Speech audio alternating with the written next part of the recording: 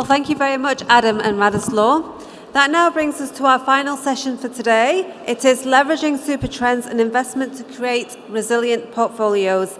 The moderator is Bruno Delay, Vice President Senior ADIT at ESL and Network, and he'll be joined by the following panelists: Fahad Atamimi, CEO for Trade BV; Tafadzwa Chinamo, CEO of Zimbabwe Investment and Development Agency; Dr. Holger Bingman, President of the National Committee of the International Chamber of Commerce; and unfortunately, Timothy Nosov is unable to join us today. Please, moderator and panelists, join me on stage. Thank you.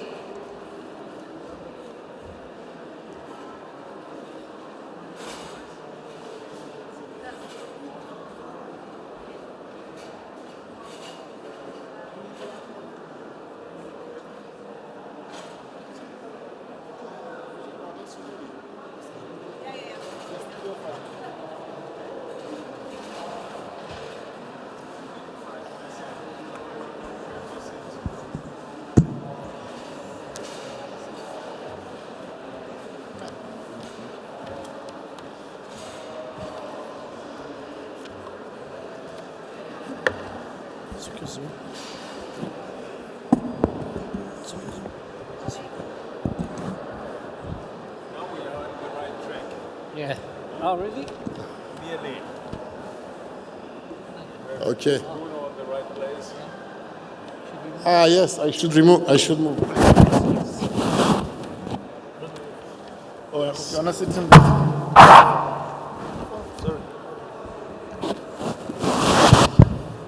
Oh, that's your left neighbor. He's my pleasure. Thank you. Hi, I am Holger. I'm Fahad. From Germany?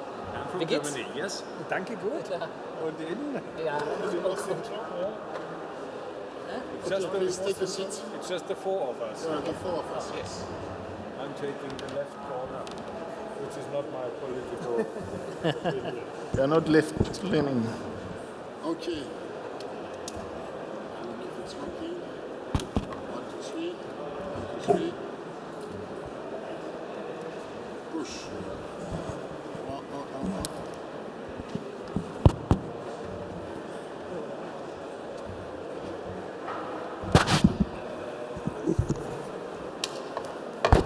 Okay. Good afternoon, everybody. Thank you for being with us. We'll start. Maybe the best way to start, I will ask the participants of the panel in 2 minutes to present themselves so you will know them better. Starting with you. Hello, everybody. Good day. Goedemiddag. Guten Tag. Marhaba.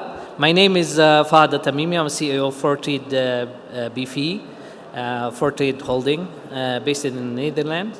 We are a buyer, buying agriculture product from several countries, like in Asia, Indonesia, also Brazil, and we're selling it in 7 countries over Europe and Middle East, US, and Brazil as well. We are also investing in agriculture product. We are also doing in the green. I just mentioned to you about the climate change, etc. I write a small book about the change of the climate, the environment, how dangerous it is, etc. We need to look also as well to that part, to have a touch and also involving not only in the business sector but also for our environment and planet. That's a little bit about me. Thank you, Fahad. Merci. Tafadzwa, up to you. Thank you, Bruno. Good afternoon to you all. My name is Tafadzwa Chinamo, as it says on the board. I am the CEO of the Zimbabwe Investment and Development Agency. That is essentially our national investment promotion agency. And I think this topic for us is really more of the trends we are seeing in investments and the investments we're trying to promote. I think you've seen or you've heard many a times how Africa has got vast mineral endowments. And the trend nowadays, I guess, is to go green on that. But these are generally very polluting, I think, industries. So we're trying to see how best these trends that are perhaps taking form and shape in the rest of the world are going to impact us and how that's going to drive investment into our countries. We're talking, the green revolution, going green, reducing CO2 emissions. But again, in Africa, we are in a situation where we cannot easily abandon our coal. I think it fires up quite a lot of countries, or even the use of petrochemicals is also quite, I think, extensive. So I'm hoping that this afternoon I can share with you how trends happening elsewhere are shaping how we are reacting or accommodating those portfolios of investments shaping the rest of the world. Thank you. Holger, up to you. My pleasure. My name is Holger Bingmann. As everybody can hear, I come from Germany. I'm chairing the International Chamber of Commerce, and I'm lucky to be here. To be quite open, I'm not an investment specialist. I'm much more on the trade side. I still believe in that trade is a good thing because it brings people together, at least as long as we are not 100% digitalized. Trade makes people to talk to each other, and this is something that maybe sometimes we forgot in the wrong moment to try. So my plea for today, before we go into details, is do trade with each other and do talk to each other. Thank you. Thank you, Holger. My name is Bruno Delay. I'm coming from France. I'm based in Paris. I am a former French diplomat. I've been ambassador to several countries. Since for 10 years, I am the vice president of ADIT Group, which is one of the European leaders in business intelligence. And I will come back to that. Today, we have to deal with an easy task, is trying to qualify what are the super trends shaping the future investment flows in the world. Easy task. I will start by asking one first question, but before coming to the point, a few comments. From where do I sit in this business intelligence agency? We are dealing every day with the harsher and harsher competition amongst companies, governments, nations, regions. It's almost an economic war which is going on every day, besides the usual business. And our task as a company is to provide our clients with the most accurate information or intelligence, human intelligence, open source intelligence, through also database, algorithms, to help them to mitigate the risk when they take decision about where to put their money and where to invest. And here, I have to acknowledge the fact that almost 50% of the economic information we get, or even the political information we get, is not accurate. 50% is pure bullshit, either because it's not precise, it's not professional, it's biased, or even it is manipulated.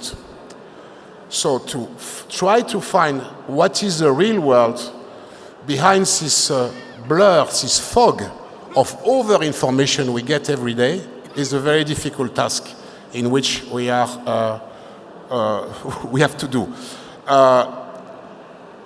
But today, we'll try to see from our respective point of view, one coming from Germany, one coming from Zimbabwe, one coming from Holland and Indonesia, what are the main trends. But if, to introduce the discussion, if we take the example of two major investors in the world, one which is a sovereign fund, the Norwegian sovereign fund, it's 1.3 trillion US dollars of capital, which is invested all around the world. And if we see where this capital is invested, in which industries, you will realize that it is very diversified, because you have 20% in tech, 40% in financials, 14% in consumer goods, 13% in industrials, 6% in real estate, 3% in energy, etc. And if we take another main player of international investments, which is Berkshire Hathaway of Mr. Warren Buffett, here we are talking about even more, because it's 1.6 trillion US dollars invested, then it's very different. 40% of its investment is in Apple. Second share of investment is Bank of America. Third one is Chevron. And the fourth one is Coca-Cola. So you see two different pictures, but those people are making a lot of money. Sometimes they lose, but overall, every day, every year, they increase their profits and benefits. So I would like to ask you, from your point of view, how do you see the main trends which are shaping the most important flows of capital around the world? From your point of view, and from your point of view. Let's start with that. Just mention 3 or 4 leading trends that you see or spur. Starting, who wants to start? Okay, if you don't mind, I can go first. Yeah, so if I speak from an African point of view... You have to close, closer to the microphone, yes. Okay, if I speak from an African resource point of view, so the past maybe 20, 30 years, I think the world was very much well integrated. The supply chains cut across the entire world. I think that has reversed quite a lot. So I think as Africa, we were preparing for the world to invest in us to benefit from this global, I think, economy, so to speak. But as countries have begun to look inwards, I think there is now a push for security of those resources, right? So every country, I think, doesn't want to depend too much on what they get from another country. So I think the war in Ukraine sort of speeded that up quite a lot as well.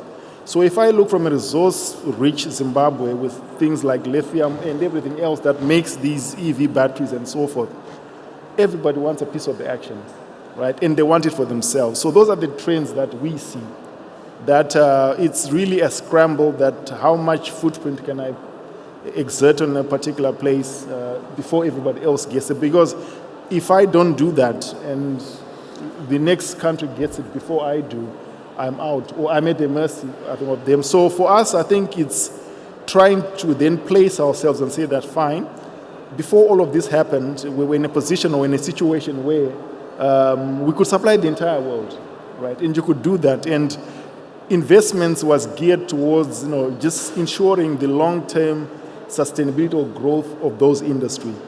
Now, because everybody wants the entire value chain in their countries, we've only got the base raw material, the starting raw material, which for us doesn't benefit us in terms of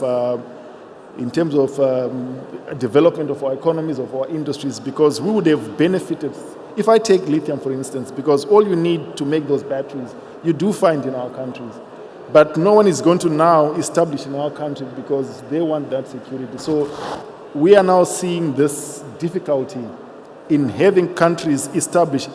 If none of this had happened, anyone could easily come into Zimbabwe, set up that EV plant in Zimbabwe, and supply the entire world.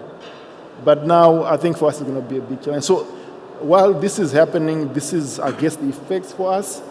And I guess we could take a very radical stance and say that, look, we won't supply anybody. So no one is going to have these batteries. But, what good is that to the world? Because we need that investment, that technology transfer to make these things in our country. So, look, I could just start there and leave it. Thank you. Okay, who is next? Yeah. Main trends of future flows of investment. Maybe I will answer you in a different way.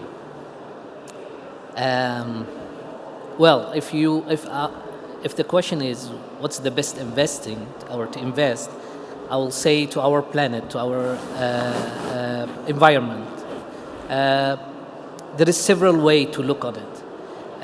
If the question was, well, to invest in environment, I don't really believe in it, or it doesn't really, for example, give a big benefit. Maybe I will say, let's say how was the word before the digital system entering every country, every villages, every etc. etc. When before, I still remember when someone want to order through a website, they will doubt like 1,000 times. I will be cheated? Is it benefit? Etc. After the pandemic happening 2020 until the end 2022, we faced digital is helping us. We notice how efficient it is. It is easy to order food from your place, to go somewhere with the application, etc. I'm telling again, to invest in our environment, in our planet, as a residents of planet, in Africa, Asia, Europe, etc., we will save ourselves in the future. I write some point. In tourism sector, for example, they need to reduce about 20-30% of CO2. Why? Because they facilitate their tourists with a lot of luxurious things, wasting water, wasting food, plastic using, etc., etc.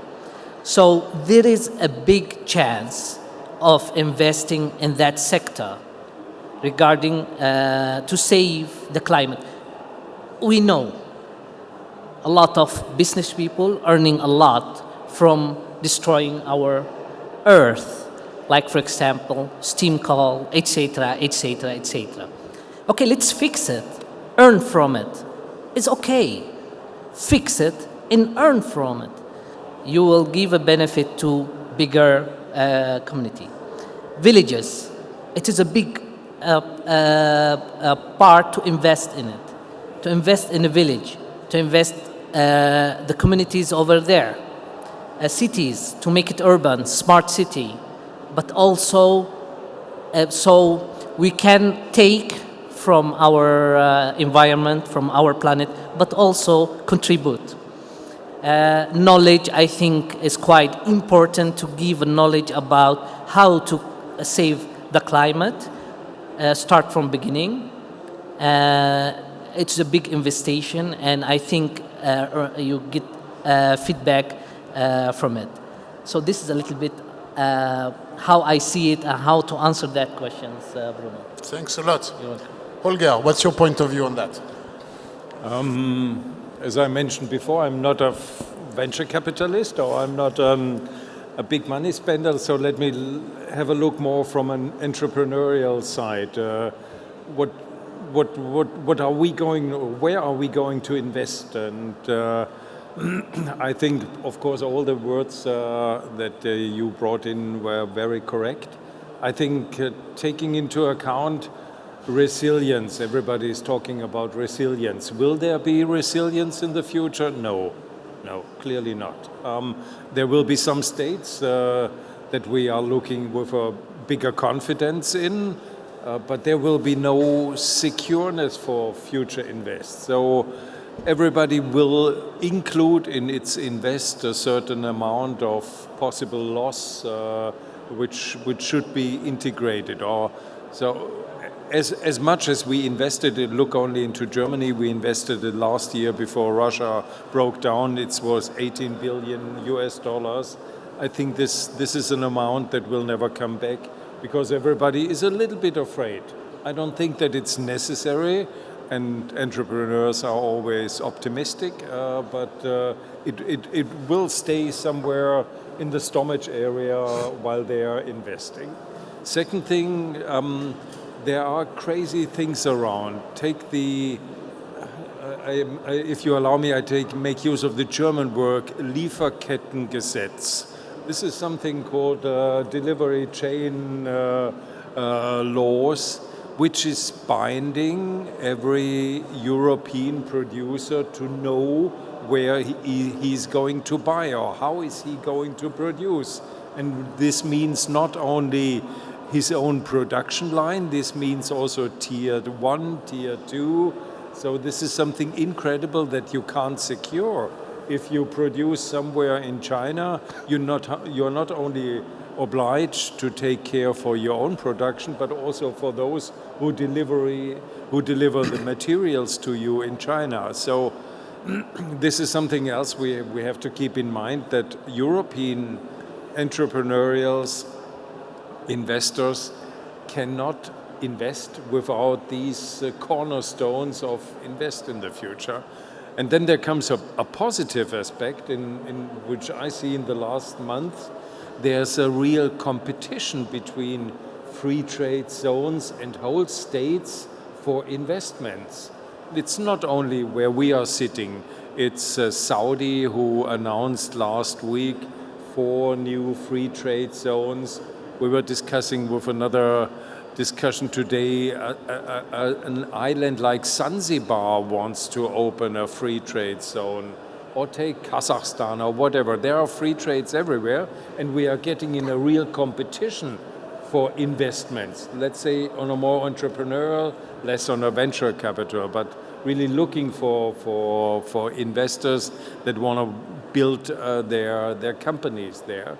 So there are positives and negatives, and of course I think the regulation is something that needs to be looked on. On the other hand, once again, competition about energy costs. Look, like the Americans started with the Anti-Inflation Act, with a guarantee of 3.5 euro cents per 1 kilowatt hour. In Europe we are, or in Germany we are up to 17, and now there are coming some Baltic states that offer 1 cent per kilowatt hour. So it is crazy what is happening there. And if I'm being a mid-sized entrepreneur somewhere in the south of Germany, it's hard to decide where to invest. Maybe you better don't invest in these times. And this is the worst signal, of course, that we can set out. But there are too many uncertainties and too many. It's always, for a mid-sized entrepreneur, it's always mostly a decision being done in the area of the stomach. Big companies, venture capitalists have their staff and their advisors. We are sitting a little bit alone, so it's a diffuse, it's a mixed picture for the moment, I'd say. Thank you, Holger. I agree with what you said. I will ask you another question. From your point of view, what are the 3 or 4 main dangers which can affect the future of capital flows around the world? Is it deglobalization? Is it protectionism? Is it reshoring in the supply chain? Where do you see the main dangers affecting in the future foreign direct investment or capital flows? When we don't invest in our environment. Okay. Why? I mentioned Olga, Germany, one of the example. There is an NGO in Germany.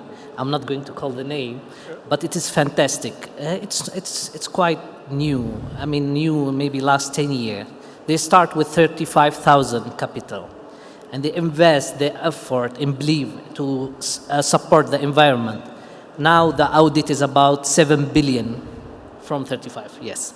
So that's why I say invest in the environment. Second, like Abu Dhabi, I know less about Abu Dhabi, but I was surprised when they invest in mangrove forest, I think, above the water.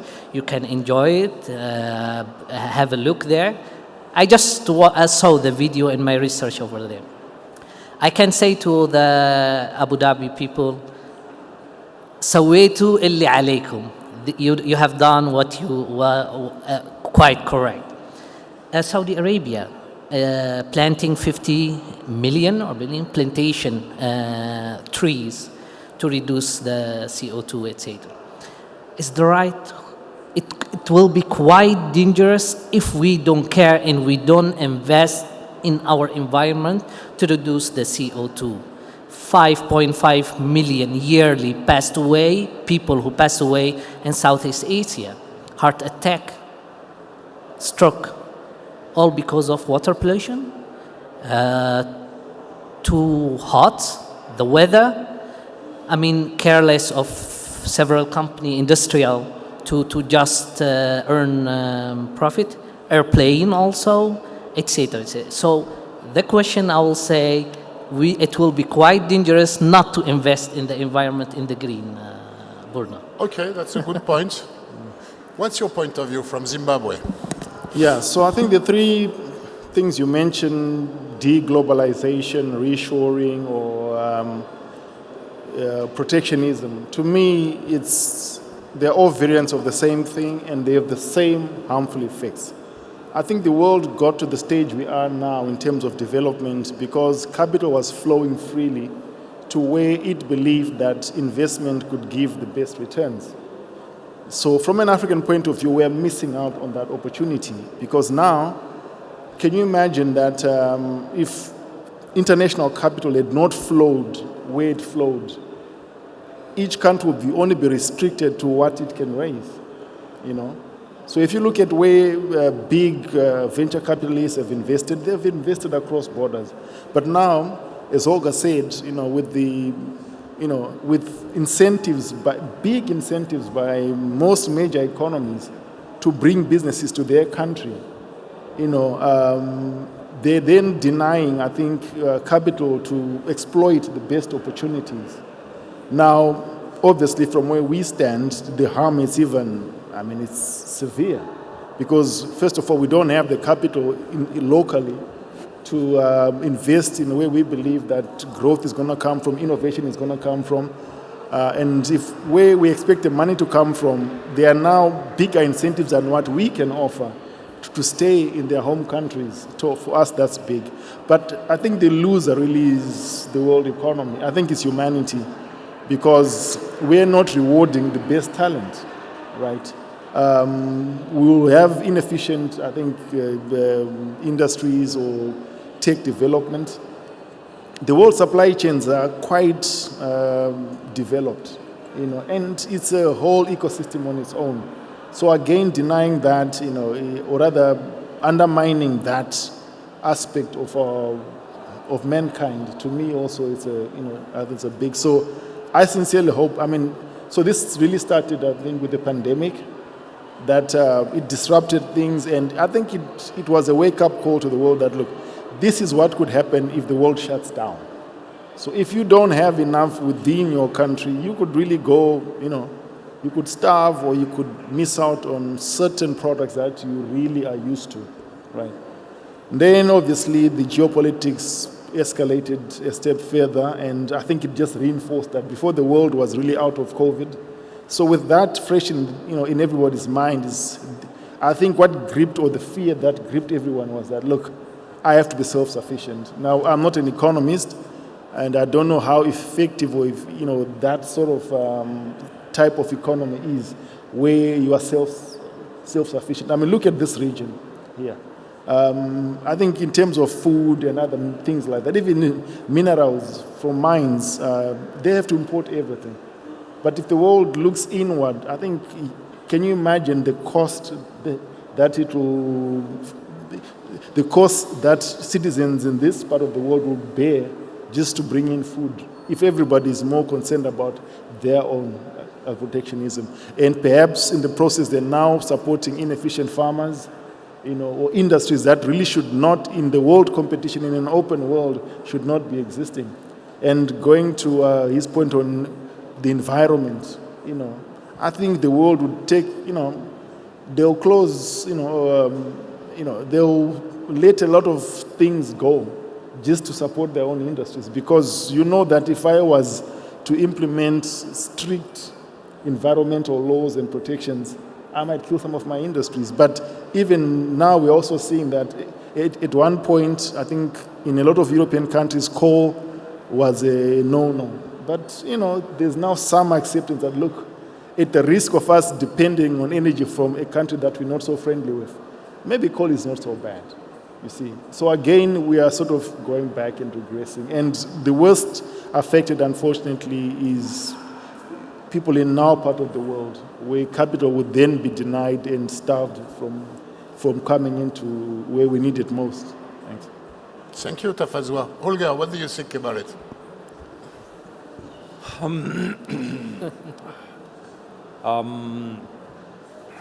Let me answer a little bit strange, and sorry for this, Bruno, but we are the same age. I'm a little bit afraid of gray hair old men who act irrational and influence the whole world policy. So we saw this in Russia, we saw this for a couple of years in the US. To be open, we saw it in Turkey. I don't know what will happen in China, but we saw this generation, hubris generation, who thinks that they know everything better and who really influence the stability of our systems. And they disturbed a lot of systems. The WTO, Trump nearly disturbed. The international post regulation has nearly been disturbed. So all these systems are at least a little bit fragile now, and we need this stableness. I think Europe is a wonderful example for maybe sometimes a little bit of boring community of slow-acting nations, but are very solid. And on the other hand, you have countries like Tanzania or something, sorry, I don't know. Zimbabwe. How long Zimbabwe is on a stable political, I know it only from Tanzania, who is 62 years now a democratic republic with no aggressive change in there. So we have these countries, and so first of all, I'm scared of the group of gray hair, elder, irrational men. And then secondly, I would love that we all together try to integrate ourselves into international systems. This is something like WTO, but it's also something like digitalization of trade. This is something, you know how many papers we print in trade per day worldwide? This is 4 billion DIN A4 copies. Crazy. We don't need this.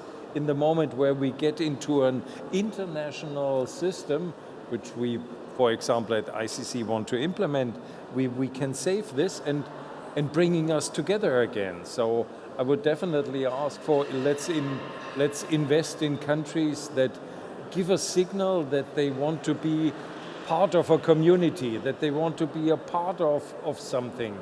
And of course, including, like everybody of you both mentioned, protecting our environment. I do have 4 kids, and I want them to have a nice future like I did my 61st years. But once again, being in a system, working, collaborating with others, speaking to them, talking to them, let's do something together. So this is my personal opinion. Okay, nice point of view, but here comes a tough question. At the frontier between climate change, investments in protection of the environment, and geopolitics, what do you think, from your point of view, of the European idea, which is now moving on, about a carbon tax at the entry of the European market for the products which come in to the European market? And second, another measure which is going to be implemented this year by the European Union regarding allowing only productions of agricultural products, wood, cocoa or coffee, provided it doesn't come from deforestation. What do you think about those 2 measures? Is it protectionist? Is it good for the climate? Is it well suited for the developing countries? What do you think? What is your point of view? It's really tough questions. He let me think. Well, it is quite complicated because non-GMO or like product, agriculture product, who's, let's say, organic one, is not that familiar yet. So the buyer is not that big. Well, I believe in Europe starting to grow with that around the world here in the UAE or UAE or other countries. But indeed, it is difficult for the suppliers because they still produce regular one like usual. So if you say it is, I think we need to go that way, that direction. No choice. We need to. I believe it will take time. If the world target 2030 for about 45%, 2050 zero, I hope we can reach that, but it is quite tough. It's quite difficult. Yeah. Okay. Yeah. Tafatwa, what's your opinion? Yeah, so look, I think the measures are noble. I accept that we have emission targets or global warming targets. I think is it 1.5 degrees above a certain by 2050. So obviously to do that, measures have to be taken, and those measures, I guess, have to be tough. You can't, take a laissez-faire approach to such targets. Things have to be done that are tangible, that are real. So that said, so let's take it the importation of product into Europe that must meet a certain CO2 emissions. Okay, this could be agriculture or even processes or even factories. Generally, the technology being used in the developing world, is very polluting. It's not smart technology, so it's inefficient in those regards. And for one to expect companies operating in that environment to meet those emission targets without serious investment, it's going to be a big ask, right? Now, let's just assume that money was found. Would the products automatically be more expensive? Will I get a bigger return because I've invested more? Possibly not. So then there's the investment question, that you're asking me to invest into this huge technology at an immense cost, but without any guaranteed, I can't automatically, pass that on to the consumer. So you can already see there that for the developing countries where the attainment of those targets is going to be huge. So yes, those measures have come. Forgive me if I'm not too familiar with the conditions under which they come with from our part of the world. But I would have expected something like that to come with something that says, look, there is maybe funds available for countries in the developing world to invest in their technology and so forth. Those funds come, but they don't come at the rate that one would want. And again, when it comes to donor funds, I should know from Zimbabwe, they come with conditions. You might not get it. Then what happens then? So already you've now been blanketed with that. With deforestation, again, it costs money to preserve this planet. It really does cost money.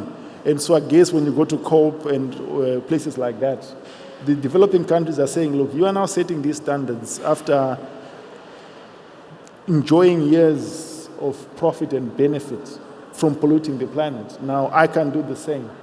So it becomes a bit of a tricky situation. So yes, I'll accept that measures have to be taken. They have to be tough. But the investment that ensures that those measures are met must also come from somewhere. You can't expect countries that don't have resources to invest in technology to upgrade their processes or production processes to overnight just meet those targets. So, yeah. Holger? I would say your question is absolutely correct. Would somebody see it as protectionism, both measures? Yes, any time. As long as somebody feels that it's against something, everybody would feel it's protectionism. When we started discussion about carbon compensation tax in Europe, the Americans immediately thought about where can we raise taxes against Europe. So unfortunately, yes, everybody would see it as a protectionistic tool. Once again, we need to find the right tools between the strong economic blocks, which is China, which is Europe, which is the US. In the moment where we all do the same, it's a way forward. But in the moment where one starts with such an initiative, which might be correct and which might be good, as long as only one starts, the other ones will feel unhappy with it. And so we should at least try to stick closer together in these initiatives. And of course, we need to protect our environment by these measures. Maybe I can add one point. Go ahead. First, I do agree with you to invest in a country who's supporting us, for example, or an investor. Second, maybe I need to visit Zimbabwe. Maybe allow me to add, it's just personal advice. I'm also chairman of Green Climate International. We visit Malaysia. In Malaysia, they own palm oil, about 4 million hectares, one of the biggest, I believe. I discussed with some NGO over there, who related to the government. And yeah, they could produce the CO2 credit and sell it over there. So they could fix it and then sell it and take benefit from it after they reduce it in their country. The same way in Zimbabwe, indeed, technology needed, but also there is other solution to earn and refix again. If you ask about if it is about, for example, who will invest in that program, there is several type of investing to invest in the country by fixing that ground, by fixing that area, and then it's possible to sell the CO2 carbon credit. I told Bruno when we are sitting there, the prices already exist. Several countries starting to. It is new product. It is possible. So we can, but who will bring the capital to invest in that country? There is also several way to do that. The most important is the vision and the idea to do it and to fix it available. To do it, there is several ways. That's my point about carbon credit. So it's already exists. There is pricing. No need for me to mention about the price in which country, how much, but there is. It's really interesting, really. But also when you are doing that, you're fixing your environment. So win-win solution. Thank you. You wanted to add something? Yes, yeah. Look, it's interesting. I think it's fine. But what comes first? Is it the measures or the investment? So, and this investment takes how many years to materialize? That's true. So, yeah, those policies are out there now. The investment is lagging behind. Shouldn't the investment happen first and then really set targets in the future that give everybody time to upgrade, and then we're there. So sometimes these measures take place and you feel they're targeted. Again, hence maybe that tinge of protectionism that we know they're not ready, so okay, from now on, this is what we're going to do. And there's no way that investment is going to happen. And the moment those measures come again, the cost of doing business in that part of the world just goes up. No one is going to want to invest there because you're already behind. Yeah. Yet someone has been doing this. So again, on whose standards are you measuring these on, right? So who's setting these targets? So someone else on the other side of the world who's not a part of this goal setting, now must adhere to standards that they were not part of making. Because those who are creating the standards take into account their own circumstance. That if I do this, will my industry survive? That's the first thing that they think about, you know. Let's turn to the audience. Are there some questions you would like to ask to the panelists? Please, lady. Is there a microphone for the lady?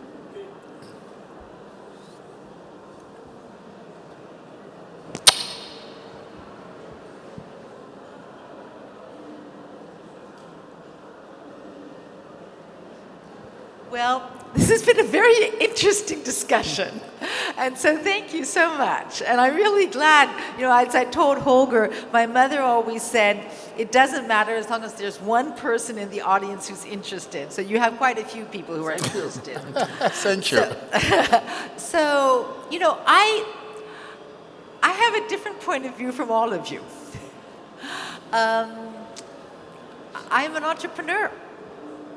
So it never occurs to me to wait for anybody to help me.